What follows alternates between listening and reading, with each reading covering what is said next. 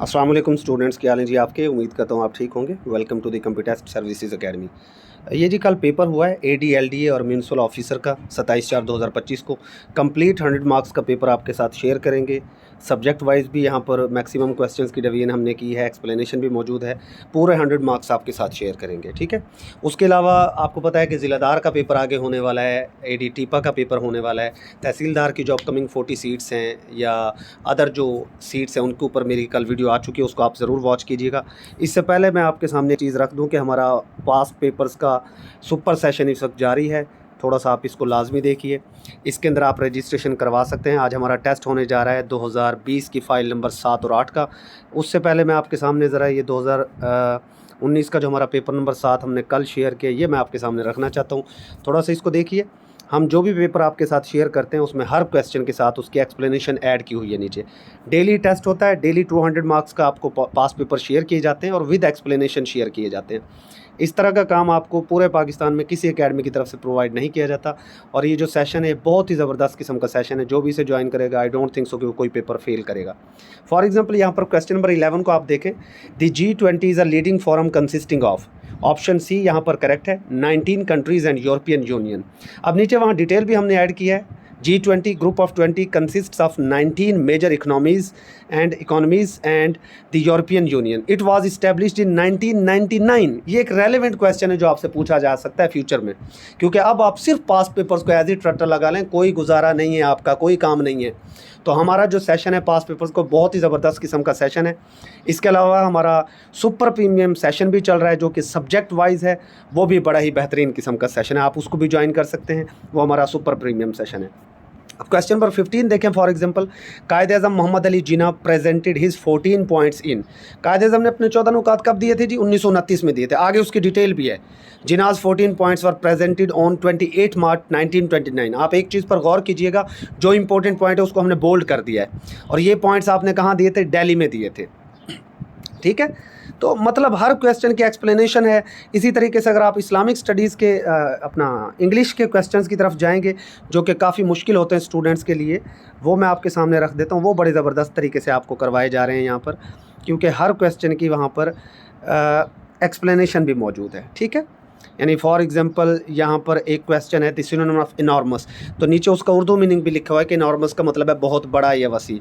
मतलब एक्सप्लेनेशन के साथ साथ यहाँ पर मैथमेटिक्स भी सॉल्व की हुई है सारी की सारी। Islamic studies subject wise division, हर क्वेश्चन की explanation, daily test, daily 200 marks का data, male female discussion forum अलहदा, सुपर प्रीमियम सेशन वो ज्वाइन करें आप। Subject wise, topic wise, pass paper subject wise with daily tests, daily notes, daily video lectures हमारे premium session में होते हैं। तो बहुत बड़ा मौका है, आप लोगों को ज़ाया नहीं करना चाहिए। अब जनाब जो कल पेपर हुआ है वो 100 मार्क्स का हम आपके साथ शेयर कर देते हैं, ताकि आप लोगों को पता चल सके कि आपका क्या स्कोर वहाँ पर बनने जा रहा है। ये पेपर हुआ है जी 27/4/2025 को। इसमें सबसे पहला जो क्वेश्चन है वो इंग्लिश का। इंग्लिश पोर्शन हमने सबसे पहले उठाया। काफ़ी ज़्यादा सवाल थे कल इंग्लिश में से। सिनोनिम ऑफ लॉथ, लॉथ का मतलब है डिटेस्ट यानी नफ़रत करना। ये देखिए यहाँ पर हमने उसका मतलब भी लिख दिया है।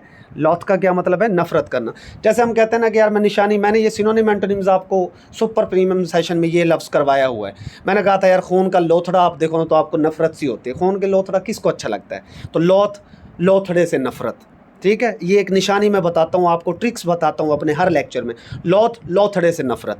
तो डिटेस्ट, डिटेस्ट का मतलब, अब डिटेस्ट भी नफ़रत है भाई। टेस्ट देने से किसको मोहब्बत है? मैं कहता हूँ टेस्ट देने से हर बंदा डिटेस्ट करता है, नफ़रत करता है। टेस्ट देने से हर बंदा क्या करता है? डिटेस्ट करता है, नफ़रत करता है। उसके बाद अबेसमेंट, ये बेसिकली अबेसमेंट है, एच यहाँ पर नहीं है। अबेसमेंट का मतलब है शर्मिंदगी, किसी की इंसल्ट करना। Humiliation, abasement, humiliation. देखें बेसमेंट जो है वो क्या होती है? किसी घर के अंदर जो बेसमेंट हो ना, वो निचली जगह को कहा जाता है। अब अबेसमेंट का मतलब होता है किसी को नीचा करना, किसी को नीचा दिखाना, किसी की बेइज्जती करना, यानी कि ह्यूमिलिएशन। वहाँ पर एक वर्ड ह्यूमिलिटी भी था, बहुत सारे लोगों ने वो लगा दिया था, वो नहीं है। Humiliation is the correct answer.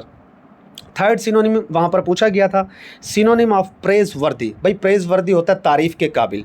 तारीफ़ के काबिल यानी कि क्रेडिटेबल, जिसको आप क्रेडिट दे सकें। नीचे उसकी एक्सप्लेनेशन भी मौजूद है। फोर्थ क्वेश्चन है सिनोनिम ऑफ इंट्रिंसिक। इंट्रिंसिक कहते हैं अंदरूनी या लाजमी जुज़। जो किसी चीज़ का अंदरूनी या लाजमी जुज़्व हो, नागुज़ीर हो, उसे आप इंट्रिंसिक कहते हैं। और इसका करेक्ट आंसर था option B, essential. Option B नहीं, सॉरी, ऑप्शन सी इसेंशियल। नीचे एक्सप्लेनेशन भी मौजूद है। उसके बाद क्वेश्चन नंबर 5 वहाँ पर पूछा हुआ था डू नॉट स्लीप, और उसने आगे कहा था कि डू नॉट स्लीप मीन्स नहीं है, आगे उसने कहा था कि इसका करेक्ट ऑप्शन क्या बनेगा। तो भाई जब आप इसका करेक्ट ऑप्शन बनाएंगे तो यहाँ पर सिर्फ ऑप्शन बी ही ठीक बनता है, you are instructed not to sleep. You are instructed not to sleep, you are instructed not to sleep, ठीक है, यही इसका करेक्ट ऑप्शन था। वर्ब विद आईएनजी, भाई वो वर्ब जिसके अंदर आईएनजी आता है और वो नाउन की तरह परफॉर्म करे, ये क्वेश्चन था पेपर के अंदर, वो क्या है आपका, जिरंड है। वो क्या है आपका, gerund. Verb with ING is called gerund, और ये किस तरह परफॉर्म करता है, एक नाउन की तरह, यही पेपर के अंदर क्वेश्चन था। जैसे मैं कहता हूँ swimming is a good thing, तो यहाँ पर स्विमिंग क्या होगा, जिरंड होगा, ये नाउन की तरह काम कर रहा है, ठीक है। I like teaching, teaching and में जो एंड में आ रहा हुआ आईएनजी वाला फॉर्म या शुरू में आ रहा हुआ आईएनजी वाला, वो जिरंड होता है और वो नाउन के तौर पर काम कर रहा होता है, नाउन या pronoun. Question number 7, the passengers were very happy dash the friendly and warm treatment given to them. Passengers बहुत खुश थे उस दोस्ताना और वार्म ट्रीटमेंट से जो उनको दिया गया था, by the friendly and warm treatment. Option A is the correct answer. I saw dash one eyed man, one eyed man. मैंने आपको कहा था कि वॉवल्स की जहाँ पर आवाज़ निकल रही हो वहाँ पर एन लगता है, जैसे एन एलिफेंट।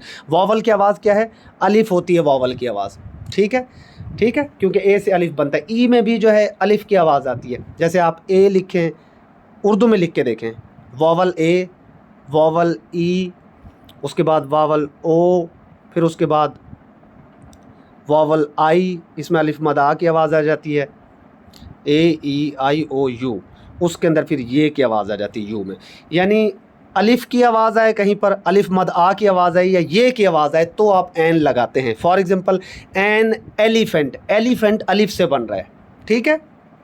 उसके बाद आई saw dash European person, European में ये आ रहा है एन यूरोपियन पर्सन, तो जहाँ पर अलिफ, अलिफ मद आ और ये की आवाज़ आएगी वहाँ आप एन लगाएंगे।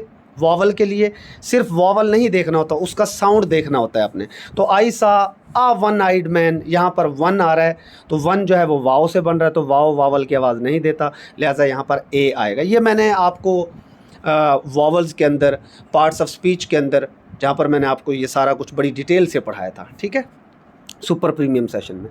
ही said he will go to Karachi next week, उसने कहा कि वो नेक्स्ट वीक कराची जाएगा। अब ही सेड है तो सेड पास्ट में है, तो ये विल जो है वुड बन जाएगा, नेक्स्ट वीक का फॉलोइंग वीक बन जाएगा, तो ऑप्शन सी करेक्ट हो जाएगा। यहाँ पर he said that he would go to Karachi the following week, तो ये मैंने आपको डायरेक्ट इनडायरेक्ट में सुपर प्रीमियम सेशन में ये वाला पढ़ाया हुआ है। उसके बाद he was hiding something the curtain, वो कर्टन या पर्दे के पीछे छुप रहा था। आपको पता है घरों के अंदर जो पर्दे हैं वो लटके हुए होते हैं, तो पर्दे के कोई बंदा पीछे ही छुपेगा ना, पीछे, तो बिहाइंड यहाँ पर करेक्ट होगा, option C is the correct answer. तो behind, under, beneath, above, below, ये सारे प्रेपोजिशंस सुपर प्रीमियम सेशन में हम कर चुके हैं। उसके बाद the piece of cloth do dash a turban, जो पीस ऑफ क्लॉथ है, कपड़े का टुकड़ा है, उससे आप टर्बन बना सकते हैं। यहाँ पर ये विद नहीं आएगा, ये फॉर का ऑप्शन करेक्ट होगा। यहाँ पर फॉर था, क्या था जी, यहाँ पर फॉर, ठीक है, तो फॉर यहाँ पर यूज़ होगा। नीचे देखें ये फॉर मैंने लिख भी दिया है, तो यहाँ ऑप्शन बी विद नहीं, ये for is the correct answer.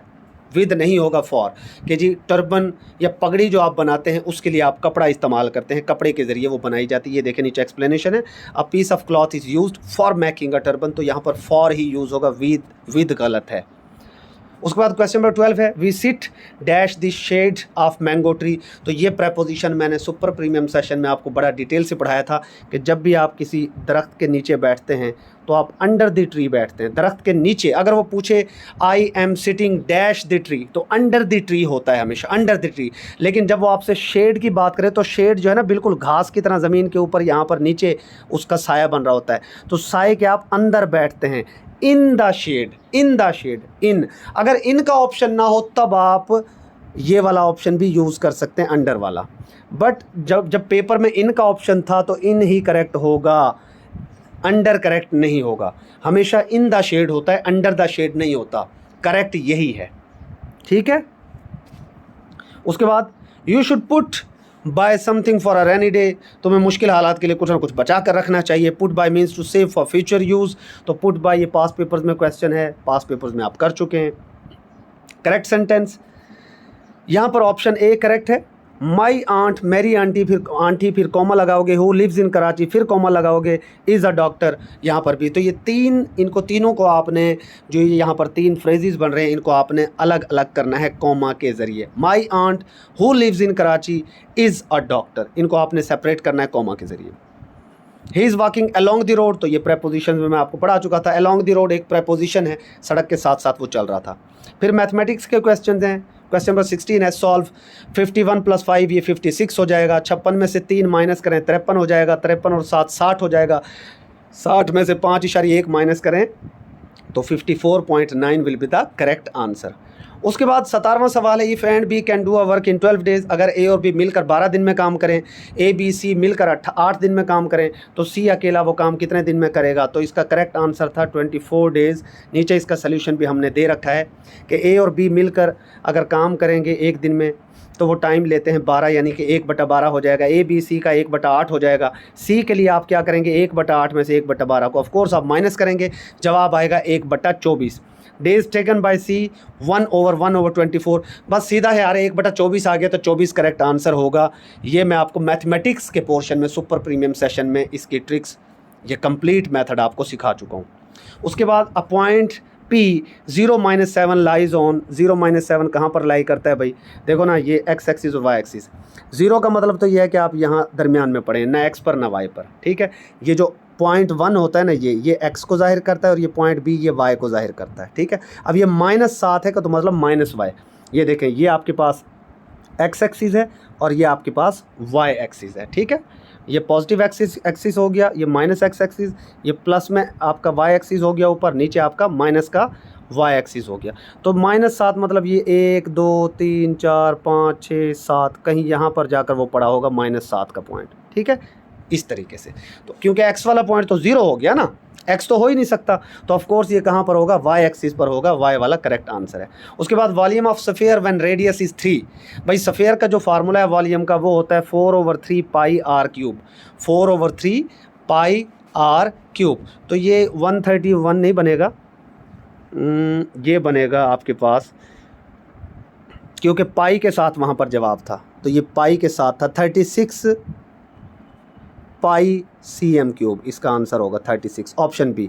तो यहाँ पर ये गलत है, कंपोजिंग की गलती है। ये हम ज़ाहिर है जब पेपर आपके साथ शेयर करते हैं तो वहाँ पर करेक्शंस कर देते हैं, अभी तो आपको ये पेपर करवाए जा रहे हैं। ये देखें, इसका मैं सोल्यूशन आपके सामने कर देता हूँ। 4/3 multiplied by pi multiplied by R, radius कितना था 3, तो 3 की ताकत 3, तो 3 × 9, 9 × हो गया 27, ज़रब पाई ज़रब 4/3, तो 3 9 27 हो गया। 9 को 4 से ज़रब दें तो 36 आपके पास जवाब है, और पाई उसके साथ एज इट आ जाएगा। तो इस तरीके से आपका 36 पाई इसका करेक्ट आंसर बनता है। लिहाजा यहाँ पर ये 113 नहीं है, 36 पाई, ऑप्शन बी करेक्ट है। ये जिन लोगों ने पेपर शेयर किया हुआ उनके अंदर भी उन्होंने गलतियाँ कर रखी है, मैं आपको साथ साथ करेक्शन करवाता जा रहा हूँ। तो 36 cm³ इसका करेक्ट आंसर है। उसके बाद क्वेश्चन नंबर 20 है, volume of cylinder with height 10 centimetre and radius 4।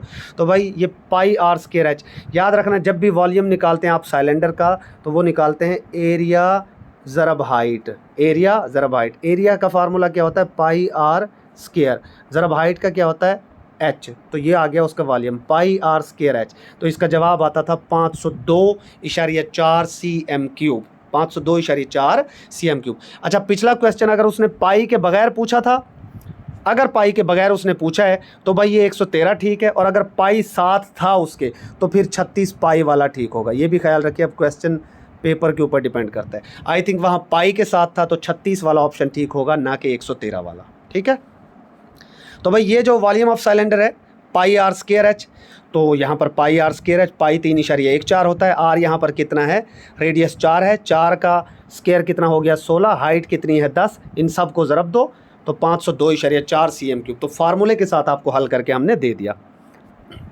उसके बाद 21 है, 2 पॉइंट्स हैं P0 0P हैव डिफरेंस, उनका फ़र्क है 8। तो भाई ये डिफरेंस का फार्मूला आप यूज़ करेंगे, x2 - x1 का स्क्वायर, दरमियान में प्लस लगाएंगे, फिर y2 - y1 का स्क्वायर और उसका जज़र ले लेंगे, और इधर आपका डिस्टेंस कितना है, ये 8 होता है। तो मतलब इसको सॉल्व, ये यहाँ पर पूरा सॉल्व नहीं किया हुआ, बहरहाल टाइम कम है, फिलहाल आप इसका 32 इसका करेक्ट आंसर है, इसको याद रखिए 32 का जज़र, ठीक है। इस सॉल्व मैं ग्रुप के अंदर करके दे दूँगा। उसके बाद find the time for 450 rupees to yield 81 rupees as simple interest at 4.5। देखो यार 4.5% के हिसाब से हर साल वो बढ़ रहा है, तो 4.5% के हिसाब से आप साल का हिसाब लगाओ ना, तो 81 रुपीज़ बेसिकली 4 साल बाद ही कंप्लीट होते हैं। डायरेक्ट भी ये आप सॉल्व कर सकते हैं। वैसे फार्मूला होता है सिंपल इंटरेस्ट का P ज़रब रेट ज़रब टाइम ओवर 100, और यहाँ से आपके पास आंसर आ जाएगा SI सिंपल इंटरेस्ट कितना है जी 81 है, ठीक है, कितना है 81। उसके बाद प्राइस कितनी है यहाँ पर 450 है, और रेट कितना है 4.5%, ये आ गया। टाइम कितना है वो मालूम करना है अपने, फाइंड द टाइम। तो यहाँ से फिर T लेफ़्ट साइड पे आ जाएगा, और 100 से ये 81 ज़रब हो जाएगा, 8100 बटा 450 ज़रब 4.5, तो टाइम आपका 4 साल निकल कर आता है। तो ये फार्मूला है यार, बेसिकली इसको याद रखें। SI बराबर है P cross R cross T, या SI बराबर है PRT/100, SI बराबर है PRT ओवर 100। ये फार्मूला आपने याद रखना है। वैसे सिंपल परसेंटेज से से भी आप निकाल सकते हैं कि पर ईयर 4.5% बढ़ रहा है। 450 का 4.5% आप निकालो और उसको ज़रब दे दो 4 से, तो वो 81 रुपये ही आता है। उससे भी आप निकाल सकते हैं। इक्वेशन है 4 की ताकत x और दरमियान में डॉट यानी ज़रब, 4 की ताकत -7 बराबर था 1। उसने पूछा है x का क्या जवाब होगा, तो भाई मेरे ये हो जाएगा 4x नफ़ी 7 बराबर 1। तो यहाँ पर ये हो जाएगा 4, अगर x की जगह पे 7 दर्ज करो तो x की ताकत 4 की ताकत 7 नफ़ी 7 बराबर 1। ये सिर्फ उस सूरत में होता है कि 7 नफ़ी 7, 4 की ताकत 0 बराबर 1। तो 4 की ताकत 0, किसी भी चीज़ की ताकत 0 हो तो जवाब 1 होता है। किसी भी चीज़ की ताकत 0 आ जाए, किसी भी वैल्यू की ताकत 0 आ जाए, जवाब 1 होता है। और ये उसी सूरत में पॉसिबल है जब आप x की जगह पे क्या पुट करते हैं, 7 पुट करते हैं। 7 नफ़ी 7 0 बनाता है, लिहाजा यहाँ पर x का करेक्ट आंसर क्या था, 7 था। तो 7 will be the correct answer, option C. ये नीचे इसका सोल्यूशन भी हमने दे दिया है। फिर कंप्यूटर के क्वेश्चन शुरू हो जाते हैं जी। Wifi stands for wireless fidelity, ये 100% वेरीफाइड इंशाल्लाह आंसर्स आपको हम दे रहे हैं। Key use to start slide show, slide show के लिए जो की यूज़ होती है वो F5 यूज़ होती है। क्वेश्चन नंबर 26, ये 2 बार पूछा गया था क्वेश्चन। की use for slide show is F5। उसके बाद word document change into PDF, जब आप डॉक्यूमेंट को वर्ड के अंदर काम करते करते PDF में चेंज कर देते हैं तो ये सिर्फ जो है रीड ओनली बन जाता है। इसको आप एडिट कोई और नहीं कर सकते, ये रीड ओनली फॉर्मेट में आपके सामने आ जाता है। PDF फॉर्मेट जो है एडिटिंग को बचाता है, इसको सिक्योर करता है। मास्टर डॉक्यूमेंट का क्या काम है जी, master document in word is use to, option B is correct, to combine all sub documents in one document. Master document का काम ही यही कि जितने भी सब डॉक्यूमेंट्स हैं वो एक ही डॉक्यूमेंट के अंदर आ जाएंगे। क्वेश्चन नंबर 29 है जी, which function adds today's date, आज की डेट आपने डालनी है तो टुडे ब्रैकेट ऑप्शन बी ये वाला करेक्ट होगा। अगर वो आपसे डेट और टाइम दोनों कहता तो नाउ वाला ऑप्शन करेक्ट होता। डेट और टाइम दोनों कहता तो नाउ वाला ऑप्शन करेक्ट होता, बट सिर्फ डेट की बात है तो टुडे और ये ब्रैकेट ये वाला ठीक होगा। फार्मूला जो है एक्सेल में किससे स्टार्ट होता है, हमेशा आप इक्वल वाला यही याद रखते आए हैं, लेकिन कल उसने कंफ्यूज किया, उसने इक्वल के साथ दरमियानी ब्रैकेट दे दी, छोटी ब्रैकेट बड़ी ब्रैकेट दे दी। तो इक्वल टू और ये छोटी ब्रैकेट वाला ठीक था, स्मॉल ब्रैकेट आपने यहाँ पर यूज़ करना है। Option B is the correct answer. Shortcut key for hyperlink, आप हाइपरलिंक क्रिएट करना चाहते हैं तो कंट्रोल+ के सुपर प्रीमियम सेशन में, ये कंप्यूटर पोर्शन में मैं सारा आपको टॉपिक वाइज पढ़ा चुका हूँ। आपको मैं बता चुका हूं कि हाइपरलिंक एक ब्लू कलर का लिंक आ जाता है जहां पर आप क्लिक करके किसी भी वेबसाइट के ऊपर जा सकते हैं जो लिखने वाला जहां पर आपको ले जाना चाह रहा है। तो कंट्रोल+K से आप हाइपरलिंक के ऊपर जा सकते हैं। कंट्रोल+N कॉमन क्वेश्चन है, इसके जरिए आप न्यू डॉक्यूमेंट को ओपन कर सकते हैं, क्रिएट अ न्यू डॉक्यूमेंट। उसके बाद which are function keys, function keys कौन सी हैं भाई, F5 F6 F7, बेसिकली ये ऑल फंक्शन कीज हैं। अगर वहाँ पर सारी की सारी F1 F2 F2 F3 थी तो सारी की सारी हो जाएंगी, और अगर इनके अलावा कोई और ऑप्शंस थे तो फिर जो है ना सिर्फ और सिर्फ ये बी ऑप्शन करेक्ट होगा, क्योंकि यहाँ पर जो मुझे जो पेपर मिला उसके अंदर ये सारे के सारे ऑल ही वहाँ पर करेक्ट बनता है। वैसे ये जो फंक्शन कीज है ना F1 F2 F3 यही फंक्शन होती है, तो जो ऑप्शन वहाँ पर ये था ना F1 F2 F3 ये वाला ही करेक्ट था, बाकी सारे गलत थे। ठीक है, अगर तो वहाँ पर कुछ और ऑप्शन था, ए और सी में गालबन वहाँ पर कुछ और ऑप्शन था, तो लिहाजा ऑप्शन बी यहाँ पर F5 6 7 ये सारी की सारी फंक्शन कीज हैं। की फॉर हेल्प, भाई चाहे वो आपसे हेल्प की पावर पॉइंट में पूछ ले, एक्सेल में पूछ ले, वर्ड में पूछ ले, हमेशा F1 होगी, हमेशा क्या होगी F1। उसके बाद shortcut key to start line inside a cell, आप एक्सेल के अंदर काम कर रहे हैं, एक सेल के अंदर आप लाइन लिखिए, नई लाइन स्टार्ट करना चाहते हो तो alt plus enter, alt plus enter. ये सारे कंप्यूटर के क्वेश्चंस जो हमने सुपर प्रीमियम सेशन में आपको कंप्यूटर करवाया है, topic wise, subject wise, in depth सारा करवा रखा है, सारे क्वेश्चंस वहीं से, एक भी क्वेश्चन उससे बाहर नहीं है। Question number 36, which option uses read only readymade colour and graphics. भाई रेडीमेड कलर कहाँ पर होता है? थीम के अंदर, डिजाइन थीम। आपके मोबाइल में भी ऑलरेडी थीम्स होते हैं, तो कॉमन क्वेश्चन है, रिपीटेड क्वेश्चन है। Feature to add motion to objects in slides. आप पावर पॉइंट पे काम करें, स्लाइड्स में आप मोशन ऐड करना चाहते हैं तो एनिमेशन का ऑप्शन आप यूज़ करते हैं। ये मैंने आपको इन डिटेल पढ़ाया था, एनिमेशन और ट्रांजिशन का फ़र्क, सुपर प्रीमियम सेशन जहां पर मैंने आपको कंप्यूटर पढ़ाया, मैंने आपको एनिमेशन और ट्रांजिशन का इन डिटेल पढ़ाया था फ़र्क। File extension for Excel is XLSX। तो ये है, ये जो डॉक एक्स है ये तो वर्ड के लिए होती है, पीपीटी वाली ये पावर पॉइंट के लिए होती है, और XLSX ये आपकी एक्सेल के लिए होती है एक्सटेंशन। उसके बाद question number 39, tab use to insert citation and bibliography. ये मैंने आपको टैब्स, मेन्यूज़, रिंग उनके अंदर पढ़ाया था कि टैब्स के आप जो साइटेशन और बिब्लियोग्राफी के लिए आप यूज़ करते हैं, कोई हवाला देना चाहते हैं, बिब्लियोग्राफी वहाँ लिखना चाहते हैं, तो ये रेफरेंस टैब में आपको मिलता है। बहुत मशहूर क्वेश्चन है और हमारे नोट्स में मौजूद है।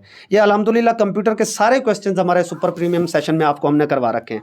Server of computer uses what to share data and space. तो ये मैंने आपको जनरल कंप्यूटर के पोर्शन में करवाया था कि जब भी आप सर्वर कंप्यूटर से या डिफरेंट कंप्यूटर्स को आपस में जोड़ते हैं तो ये नेटवर्क होता है। ये कॉमन क्वेश्चन है, ठीक है, नेटवर्क यहाँ पर होगा। उसके बाद क्वेश्चन नंबर 41 है, स्टेट मीन्स। स्टेट का क्या मतलब है? फेडरल गवर्नमेंट भी इसके अंदर आ जाती है, प्रोविंशियल गवर्नमेंट भी इसके अंदर आ जाती है, पार्लियामेंट भी, ये सारे के सारे ऑप्शंस इसके अंदर आ जाएंगे, तो all will be the correct. Largest export Pakistan की टेक्सटाइल है, बहुत कॉमन क्वेश्चन है। Pakistan perform 5 nuclear bomb test on which date. 28 मई 1998 को पाकिस्तान ने टेस्ट किए थे और चागे हिल पर ये किए थे, ठीक है, बलूचिस्तान के अंदर। बहुत मशहूर है ये क्वेश्चन भी। उसके बाद हुआ दी फर्स्ट अमीर ऑफ हज। हजूर पाक ने पहला हज का अमीर किसे बनाया था? हज़रत अबू बकर सिद्दीक को बनाया था। ये भी मैं आपको Islamic studies super premium session में पढ़ा चुका हूँ। इस्लामिक स्टडीज़ के भी सारे क्वेश्चन सुपर प्रीमियम सेशन में हम कर चुके हैं, टॉपिक वाइज कर चुके हैं। केबल बीच, ये एक नया क्वेश्चन था। केबल बीच कहाँ पर है जी? ऑस्ट्रेलिया में। आप याद रखिए, बीचेज़ का क्वेश्चन जब भी आएगा ना तो वो ज़्यादातर beaches, mostly beaches New Zealand, Australia में हैं। इसी वजह से कुछ लोगों ने न्यूजीलैंड भी टिक कर दिया होगा। तो बहरहाल ज़्यादातर इसका जो बीचेस वाला क्वेश्चन होता है वो ज़्यादातर जो बीचेस है ना, वो या तो ब्राज़ील के अंदर कुछ बीचेस मौजूद हैं या फिर वो ऑस्ट्रेलिया के अंदर है। तो केबल बीच कहाँ पर है? नीचे डिटेल है, located in Broome, Western Australia. सांगड़ डिस्ट्रिक्ट, ये पास पेपर्स का क्वेश्चन है। सांगड़ डिस्ट्रिक्ट किस चीज़ के लिए मशहूर है जी? हुर Mujahideen. Sanghar is historically associated with the हुर मूवमेंट अगेंस्ट ब्रिटिश रूल। हुर मूवमेंट एक चली थी बरतानी समाज के खिलाफ, बरतानवी साम्राज्य के खिलाफ, और सांगड़ जो डिस्ट्रिक्ट है वो हुर मुजाहिदीन के लिए मशहूर है। Largest ethnic group Afghanistan. Afghanistan में सबसे ज़्यादा पश्तून पाए जाते हैं। वैसे तो वहाँ पर ताजिक भी हैं, हज़ाराज भी हैं, उज़्बेक भी हैं, लेकिन सबसे ज़्यादा वहाँ पर पश्तून ही पाए जाते हैं। Which general refused orders of Quaid e Azam on Kashmir. जब कश्मीर के ऊपर लड़ाई हो रही थी 48 में, तो किसने कश्मीर के हवाले से लड़ने के लिए इनकार कर दिया था कायद-ए-आज़म से? वो था जनरल ग्रेसी।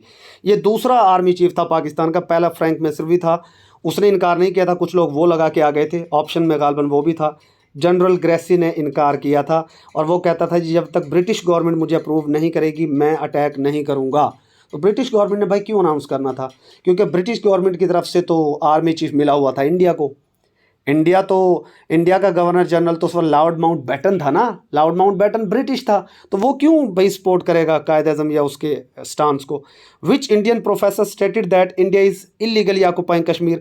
कौन सा इंडिया का प्रोफेसर है जिसने कहा कि जी इंडिया जी इलीगली ऑक्युपाई कर रहा है कश्मीर को? वो है निवेदिता मेनन। निवेदिता मेनन, वहाँ काफ़ी सारे ऑप्शन मेनन के हवाले से भी थे। बहरहाल निवेदिता मेनन इसका करेक्ट ऑप्शन है। पाकिस्तान का कल्चर क्या है? कलेक्टिविस्ट पाकिस्तान का कल्चर है, क्योंकि यहाँ पर जॉइंट फैमिली सिस्टम है, कम्युनिटी की शक्ल में हम रहते हैं, तो हमारा कलेक्टिविस्ट सिस्टम है। During partition what was the proposed portion of military assets for Pakistan. Pakistan को 36% शेयर मिला था आर्मी एसेट्स का, बाकी इंडिया को चला गया था। ये मैंने पाकिस्तान स्टडीज़ के पोर्शन में पूरी डिटेल के साथ पढ़ाया कि रेड क्लिफ अवार्ड किस तरह बना था, कौन कौन वहाँ पर जो है मुसलमान थे, कौन हिंदू थे, हिंदुओं की तरफ से वहाँ पर बनाए गए थे वकला हजरात, ठीक है। और ये एसेट्स की तकसीम, फैक्ट्रियों की तकसीम, रेडियो पाकिस्तान और रेडियो इंडिया जो बना था उनकी अलहदगी, पहला रेडियो कहाँ पर बना था, ये सारी डिटेल मैं आपको पढ़ा चुका हूँ पाकिस्तान स्टडीज़ में। यासिर अराफात ने अल फतह को कब बुनियाद डाली थी जी? 1959 इसका एग्जैक्ट आंसर है, बट पेपर के अंदर 1958 था, तो आप उसको भी कंसिडर कर सकते हैं। 1958 और 1959 दोनों ही करेक्ट आंसर माने जाते हैं। पेपर में अगर वो 58 दे तो आप 58 को टिक करें, और अगर दोनों दे तो गो फॉर 1959। 1959 एग्जैक्ट आंसर है। हाउ मेनी अमेंडमेंट्स कायदे आज़म प्रोपोज इन नेहरू रिपोर्ट? नेहरू रिपोर्ट जो दी थी नेहरू साहब ने, उसके अंदर कायदे आज़म ने 3 अमेंडमेंट्स का कहा था कि 3 अमेंडमेंट कर दो, हम आपकी रिपोर्ट को कबूल कर लेंगे। वो अमेंडमेंट्स क्या थी जी? नंबर 1 तो सेपरेट इलेक्टोरेट की कायदे आज़म ने बात की थी। Number 2 reservation of seats for Muslims in government, कि जी मुसलमानों के लिए सीटें होनी चाहिए गवर्नमेंट में, और सेल्फ गवर्निंग बॉडीज़ भी होनी चाहिए। तो 3 अमेंडमेंट्स कायदे आज़म ने सजेस्ट की थी किसके अंदर? नेहरू रिपोर्ट के अंदर। उसके बाद ये रफ्सारो नबी पाक की ज़िंदगी में गम का साल 10 नबवी को कहा जाता है। वजह क्या है जी 10 नबवी को? अच्छा, ये रफ्सारो भी कहा जाता है, अरबी में इसे आमुल हुज़न कहा जाता है, ये भी याद रखना, ये इंटरव्यूज़ में पूछा जाता है, क्योंकि इसी साल आप सल्लल्लाहु अलैहि वसल्लम की जो उम्महातुल मोमिनीन में जो आपकी प्यारी बीवी थी हज़रत खदीजा, और आपके प्यारे अंकल हज़रत अबू तालिब, इनका इंतकाल हुआ था, इसीलिए आपने इसको आमुल हुज़न, गम का साल करार दिया। उसके बाद a ball throne upward has what velocity at the highest point? भाई हाईएस्ट पॉइंट पर जाकर कोई भी चीज़ ना रुक जाती है थोड़ी देर के लिए, तो ज़ीरो। हाईएस्ट पॉइंट पर वेलोसिटी क्या हो जाएगी? ज़ीरो हो जाएगी। 2018 में फाटा मर्ज किया गया था किस प्रोविंस के साथ? केपी के साथ मर्ज किया गया था। 18th अमेंडमेंट, ये कंप्लीट मैंने आपको 18th अमेंडमेंट पढ़ा रखी है। उसके अंदर बलूचिस्तान का नाम चेंज हुआ था, खैबर पख्तूनख्वा, ये पहले सरहद था, इसका नाम केपी के रखा गया। और 2018 में उस वक्त प्रेसिडेंट कौन था? जरदारी। असम्बली से कब मंजूर हुई? प्रेसिडेंट ने कब साइन किए? सेनेट से कब? ये सारी डिटेल मैंने आपको पढ़ा रखी है सुपर प्रीमियम सेशन में। तो इस हवाले से जब भी कोई क्वेश्चन आता है, अल्हम्दुलिल्लाह कंप्यूटर सर्विसेज अकेडमी के स्टूडेंट्स उसे करेक्ट करके आते हैं। कैपिटल ऑफ लाइबेरिया, कहते हैं जी लाइबा एक लड़की का नाम है, और लाइबा का मन रोता रहता है हमेशा, तो लाइबा का कैपिटल, लाइबेरिया का कैपिटल क्या है? मनरोविया। तो ये बड़ा कॉमन क्वेश्चन है, पास पेपर से है। Who reintroduce the concept of currency in Umayyad period? Umayya ख़ानदान में, उमैया सल्तनत में री इंट्रोड्यूस किया था किसने करेंसी का सिस्टम? अब्दुल मालिक बिन मरवान ने। अब्दुल मालिक बिन मरवान ने री इंट्रोड्यूस करवाई थी अपनी करेंसी, और इसने रिप्लेस कर दी थी बाइजेंटाइन एम्पायर की करेंसी, और ससानीड जो सासानी थे, ईरानी सासानी, उनकी करेंसी को इसने रिप्लेस करके अपनी करेंसी इंट्रोड्यूस करवाई थी। सिंध सागर दोआब लाइज बिटवीन? सिंध सागर दोआब इंडस और जहलम के दरमियान है, तो ये भी मैंने आपको पाकिस्तान स्टडीज़ में जियोग्राफी में बता रखा है। रावी और चनाब का भी बताया था, इंडस और सतलुज का भी बताया, इंडस और जहलम का भी, चनाब और ब्यास का भी, ठीक है। तो ये सारे मैंने पढ़ा रखे हैं। छज दोआब, उसके बाद रचना दोआब, रावी और चनाब के दरमियान रचना दोआब है, चनाब और जहलम के दरमियान छज दोआब है। तो इस तरीके से मैंने आपको पढ़ा रखे हैं सारे। Longest tenure of viceroy, India का जो लॉन्गेस्ट टेन्योर किस वाइसराय का था? लॉर्ड लिलिथगो का था। 1936 से 1943 44 तक, 44 ज़्यादा है, यानी तकरीबन 8 साल इसका दौर रहा है। इसी ने अगस्त ऑफ़र दी थी 1940 में, आप लोगों को ये लास्ट पेपर में पूछा गया था अगस्त ऑफ़र। तो ये भी मैंने आपको जो वर्ल्ड वार 2 पढ़ाई थी उसके अंदर मैंने कंप्लीट इसकी डिटेल बताई थी कि लॉर्ड लिलिथगो कितना इंपॉर्टेंट कैरेक्टर है हिस्ट्री में, सब कॉन्टिनेंट की हिस्ट्री में। फर्स्ट क्लोन शीप जो स्कॉटलैंड की तरफ से बनाई गई थी वो शीप थी, वो क्या थे जी? जानवर शीप था, और इसका नाम डॉली था। ये भी पेपर्स में पूछा जाता है, इसका क्या नाम था? डॉली। मैं ज़रा जल्दी चल रहा हूँ, टाइम कम है। When atmospheric pressure decrease what happen? भाई एटमॉस्फेरिक प्रेशर जब कम होना, वैसे तो बारिश भी आ जाती है, तेज़ हवाएं भी चलती हैं, इंटेंस कंडीशंस भी हो जाती हैं। अगर यहाँ डी पर ऑल ऑफ दीज होता तो ऑल ऑफ दीज करेक्ट होता, लेकिन चूंकि उसने ऑल ऑफ दीज का ऑप्शन नहीं दिया था, लिहाजा सी यहाँ पर करेक्ट होगा, इंटेंस कंडीशन। नीचे यहाँ डिटेल भी इसकी ऐड की हुई है। हज़रत याकूब के कितने बेटे थे जी? 12 बेटे थे। कितने बेटे थे? 12। इनको आप ईसाइयत की ज़बान में जैकब कहते हैं। और फिर जो है इसराइल जो लक़ब था हज़रत याकूब का, उनके कबीले भी 12 बने थे, बेटे 12 तो कबाइल भी 12। ये भी क्वेश्चन पूछा जा सकता है। विच प्रोविंस इज़ कॉल्ड बाबुल इस्लाम? सिंध को बाबुल इस्लाम कहा जाता है क्योंकि 712 में मोहम्मद बिन कासिम ने इसको फ़तह किया था राजा दाहिर के ख़िलाफ़, वहीं से इसे बाबुल इस्लाम, इस्लाम का दरवाज़ा कहा जाने लगा। सिंध और कराची, शहर का पूछ लिया जाए तो कराची, सूबे का पूछा जाए तो Sindh. One did Burhan Wani died? Burhan Wani को कत्ल किया था, शहीद किया था इंडियन आर्मी ने 2016 में, 8 जुलाई 2016 को इनको शहीद किया गया। जो गंडा सिंह बॉर्डर है वो कहाँ पर है जी? इंडिया का फ़िरोज़पुर और पाकिस्तान का कसूर, इनके दरमियान है गंडा सिंह बॉर्डर, नीचे डिटेल ऐड है। पूना पैक्ट 1932 में हुआ था, और पूना पैक्ट के अंदर जो अनटचेबल, अछूत या दलित थे ना इंडिया के अंदर, उनके हकूक़ की बात की गई थी कि जी जिनको कहा जाता है ना अछूत, इनको छूने से जी नापाक हो जाएंगे। ब्राह्मण अपने आप को हाई क्लास मानते थे, आज भी वो हाई क्लास अपने आप को मानते हैं, तो वो कहते थे जी ये दलित हैं, जो अनटचेबल हैं, अछूत हैं, इनको कोई हक नहीं होना चाहिए। लेकिन पूना पैक्ट 1932 में इसके ऊपर काम हुआ और ये जो डिप्रेस्ड क्लासेस हैं, दलित, अनटचेबल, अछूत, उनके हकूक़ के ऊपर बात की गई। उसके बाद first admiral of Pakistan navy, ये कौन था जी? James Wilfred जेफर्ड। वहाँ पर जनरल जेफर्ड ऑप्शन दिया हुआ था, तो British admiral Jefford was appointed as first head of Pakistan navy. अच्छा, अगर वो फर्स्ट मुस्लिम पूछ ले, पाकिस्तानी पूछ ले, तो मोहम्मद सिद्दीक साहब थे। फर्स्ट मुस्लिम मोहम्मद सिद्दीक थे, और फर्स्ट वैसे ओवरऑल वो ब्रिटिश कौन था? James Wilfred Jefford. तो ये दो अलग अलग क्वेश्चंस बन सकते हैं। Objective resolution proposed with type of state, तो ऑब्जेक्टिव रेजोल्यूशन ने डेमोक्रेसी कहा था, डेमोक्रेसी, और इसमें सारी पावर्स वैसे अल्लाह के हाथ में होंगी, किसी इंसान के हाथ में नहीं है। हम इंसान खलीफा के तौर पर अल्लाह के नीचे काम करते हैं, तो ऑब्जेक्टिव रेजोल्यूशन ने डेमोक्रेसी, जमहूरियत की बात की थी। Which organization promotes trade and investment, कौन सी ऑर्गेनाइजेशन है जो ट्रेड और इन्वेस्टमेंट की बात करती है पूरी दुनिया में? वो है वर्ल्ड ट्रेड ऑर्गेनाइजेशन। कुछ लोग IMF लगा कर आ गए, जो कि गलत है। फर्स्ट एशियन गेम्स कहाँ पर हुई थी?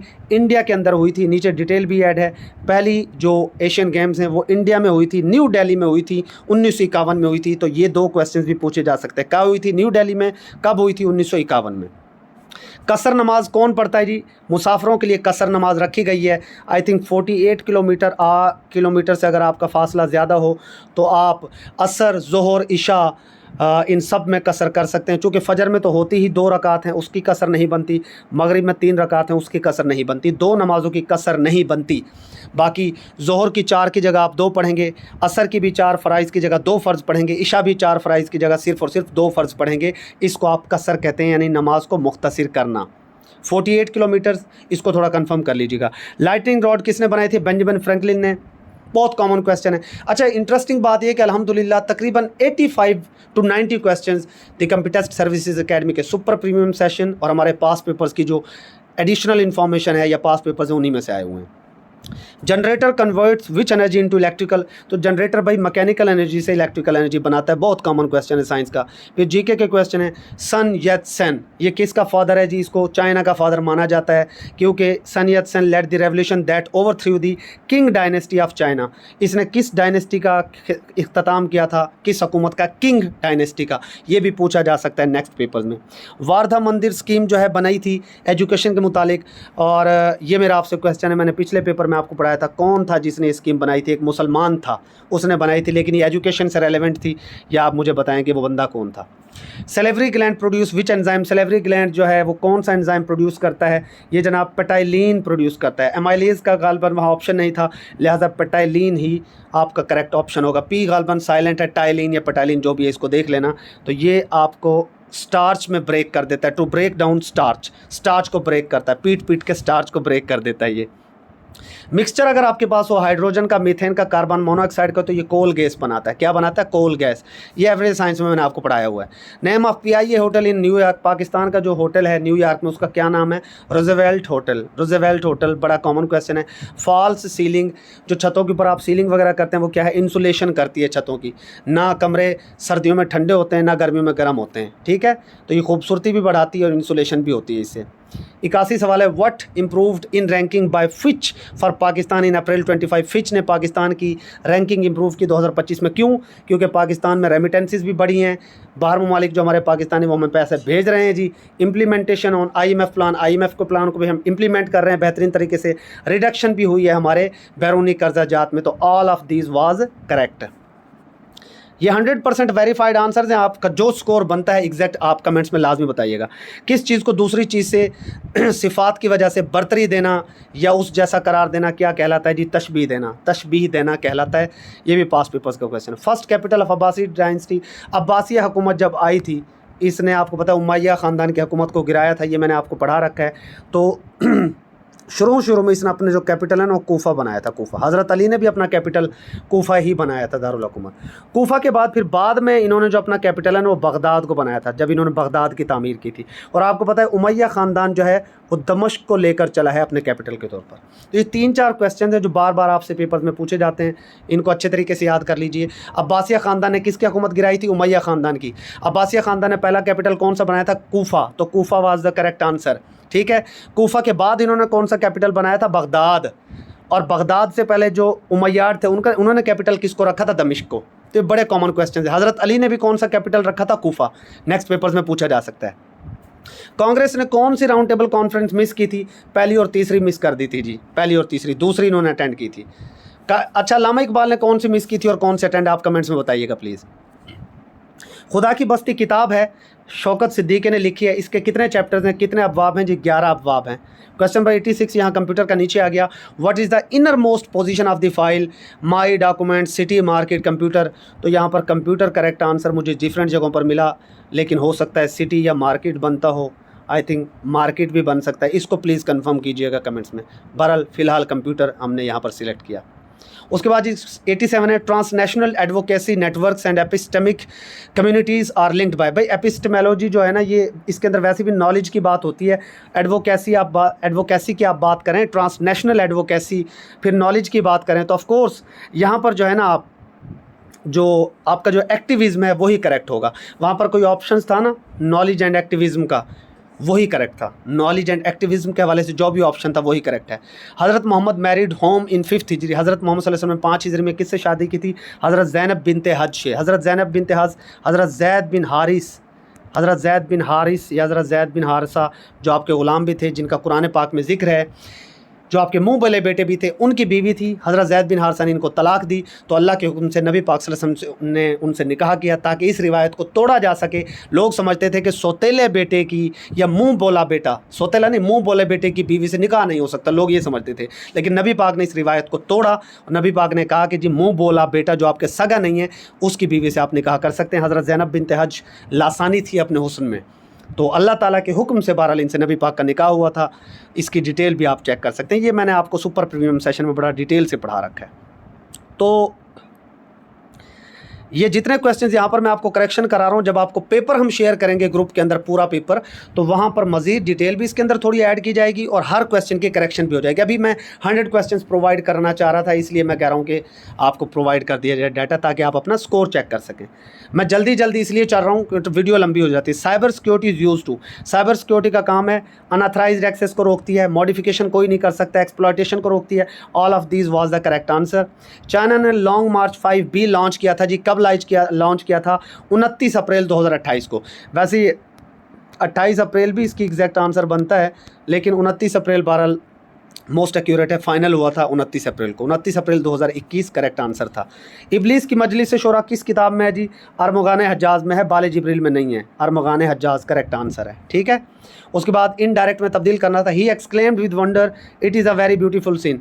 भाई he exclaimed with wonder that it was a very beautiful scene. He exclaimed with wonder that it was a very beautiful scene. वैसे यहाँ पर he said होगा गालबन, he said होगा यहाँ पेपर के अंदर, ठीक है। तो ये फाइनल पेपर आपको इंशाल्लाह जब हम देंगे तो बेहतरीन होकर मिलेगा। He exclaimed with wonder that it was a very beautiful scene. उसके बाद 93 है जी, question number 93, transnational advocacy networks and epistemic, ये वही क्वेश्चन है। एक्टिविज्म और एजुकेशनल बैकग्राउंड की इसके अंदर बात होती है। 94 है, माजी इस्तमरारी था, वो रो रहा था, माजी इस्तमरारी है जी। उसके बाद है जी, शहर खाली कूचा खाली, मुस्तनसर हुसैन तारड़ ने लिखी। इसका टॉपिक क्या था? वबाई अमराज, और वबाई अमराज और ये कोरोना के मुतालिक थी उनकी, ठीक है।